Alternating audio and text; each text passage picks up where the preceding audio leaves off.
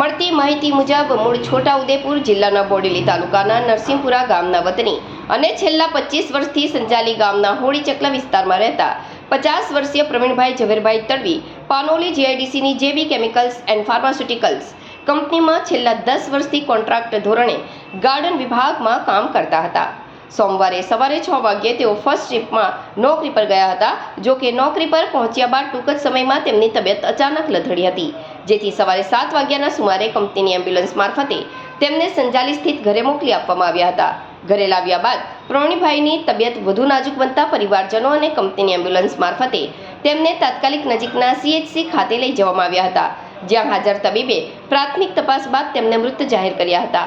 ઘટનાની જાણ થતાં જ પાનોલી પોલીસ મથકનો કાફલો ઘટના સ્થળે પહોંચી સીએચસી ખાતે દોડી ગયો હતો।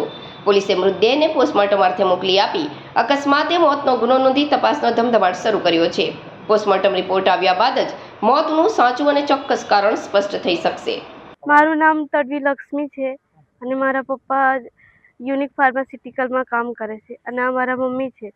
સવારે મારા પપ્પા 6 વાગે ગયા હતા અને 7 વાગતા એમની બોડી આવી। હવે કંપનીની અંદર શું થયું તે અમને નથી ખબર અને અમારી ખાલી એટલી જ માંગ હતી કે કંઈ નહીં, એમને ભલે એવું કીધું કે ઘરે મૂકી જાઓ, પણ એક વખત એમની જવાબદારી હતી કે હોસ્પિટલ લઈ જાય, પણ એ લોકો હોસ્પિટલ નથી લઈ ગયા।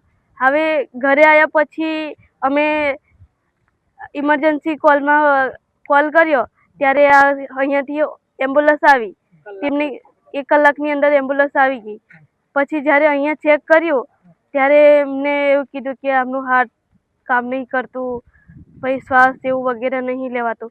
પણ અમારે એવું કહેવું કે જ્યારે કંપનીમાં એવું થઈ ગયું ત્યારે એમને હોસ્પિટલ લઈ જવું જોઈતું હતું।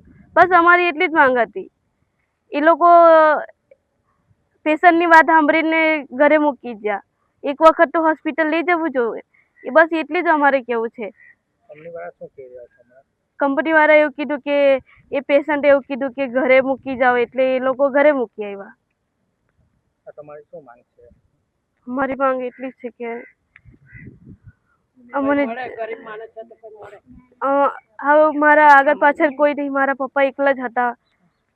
અમારે કંઈ નહીં, અમે 2 જ જણ છે, આગળ પાછળ અમારું કોઈ છે બી નહીં। અમારું જે યોગ્ય વળતર આપે એ ને બસ, કે અમારે એટલો જ સવાલ કે તમારે એક વખત હોસ્પિટલ લઈ જવું જોઈતું। હવે ઇમરજન્સીમાં માણસ હોસ્પિટલ ની લઈ જાય તો માણસ ડિક્લેર થઈ જ જાય ને, મરી કે જાય કે મરી બી જાય। અને જ્યારે એમ્બ્યુલન્સ વાળા ભાઈને કીધું કે હોસ્પિટલ લઈ જાઓ, તેમને એવું કીધું કે અહીં ગૃહ અમને મૂકી જવા કીધું છે, બસ એટલું કહીને પછી બોડી અમને આપીને જતા રહ્યા। પછી અમે આ બાજુ ફોન કર્યો।